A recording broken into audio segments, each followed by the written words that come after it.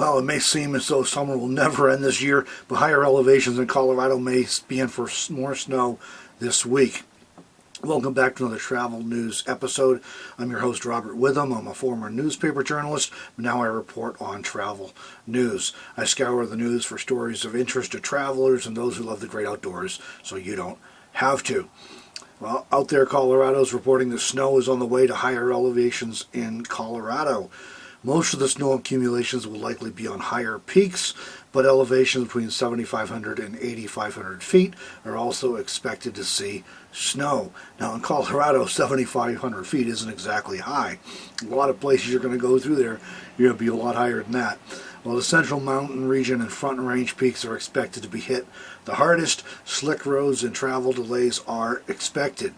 Rocky Mountain National Park has already announced that they'll be closing some roads in anticipation of snow. At least one I think closed last night already.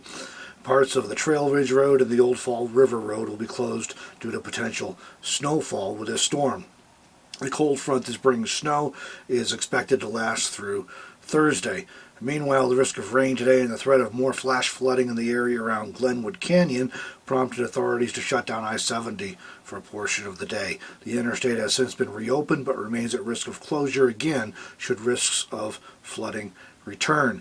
We haven't had any snow here, at least in northeast Wyoming where I'm at, that I'm aware of. I wouldn't be surprised if we see some of the mountains today and tomorrow. It's just raining and cold, like in the 40s here today, going down in the 30s tonight, so high chance of snow in the Wyoming mountains as well.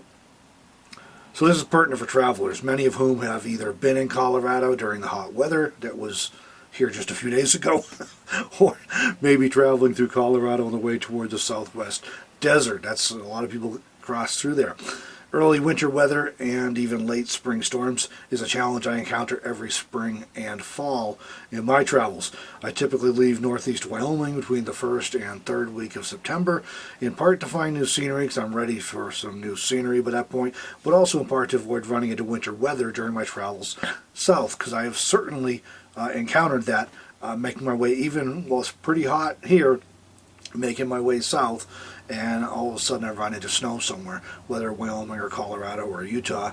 So either I travel southwest through Wyoming into Utah and then Nevada, or I travel south through Wyoming, Colorado, and New Mexico. But whichever route I take, it brings me through some areas that are known for unexpected snowstorms, like this one here where we were just sweltered. I was getting a sunburn this weekend. Now we've got rain in the valleys and snow in the mountains, so I can change fast around the Rockies.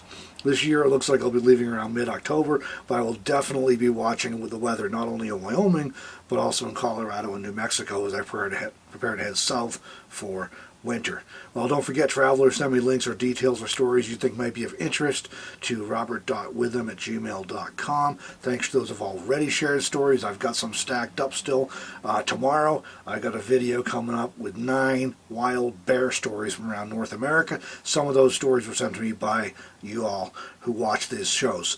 So thanks to those who've already shared stuff. Now that you know what's going on out there, please like this video, subscribe to the channel if you're not already, and thanks for joining me in this travel news episode, everyone.